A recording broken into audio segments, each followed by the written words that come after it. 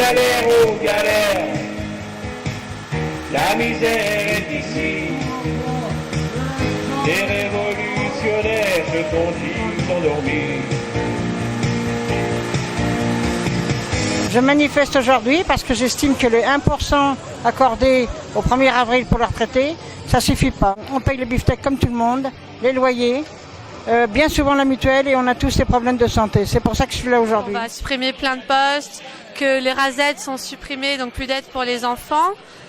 Les classes sont surchargées, aussi pour représenter tous les travailleurs qui perdent leurs emplois les uns derrière les autres. Tout ça pour que les patrons puissent continuer à faire des profits, à avoir de l'argent plein leur poche.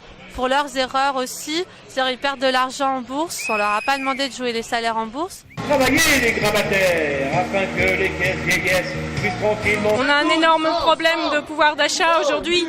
C'est nous qui payons la crise de nos financiers. On a un gouvernement sourd, un patronat encore plus sourd. Moi je travaille dans la métallurgie et je peux voir que dans les grands groupes comme les sous-traitants aujourd'hui dans l'auto on souffre.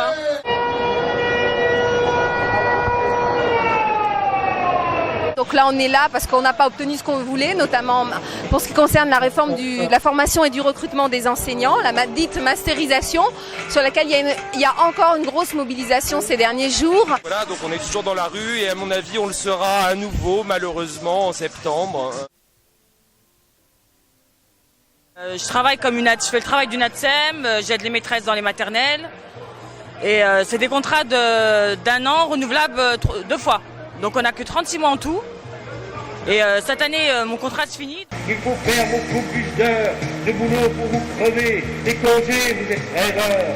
Si vous comptez les garder, on saura bien. Le gouvernement n'a pas répondu aux besoins des étudiants en matière sociale. Les jeunes aujourd'hui, c'est les premiers à être frappés par la crise, c'est les premiers à se retrouver au chômage, à être touchés par la précarité. Vous êtes laissés faire et c'est le prix à payer. Vous verrez, c'est pas si mal. Ma retraite est menacée, c'est très connu. Je ne sais pas comment je vais vivre, je ne sais pas comment mes enfants vont vivre.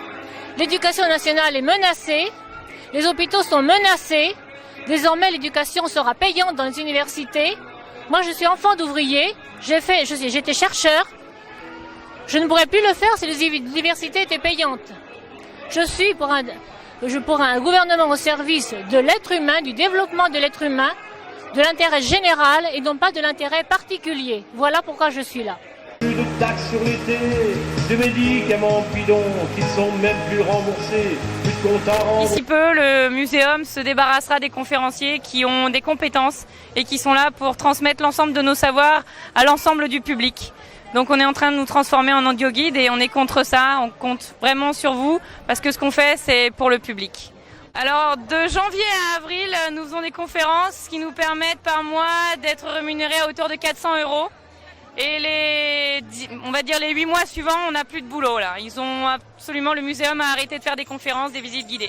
Bienvenue chez les paumés, vous vous êtes laissés faire et c'est le prix à payer.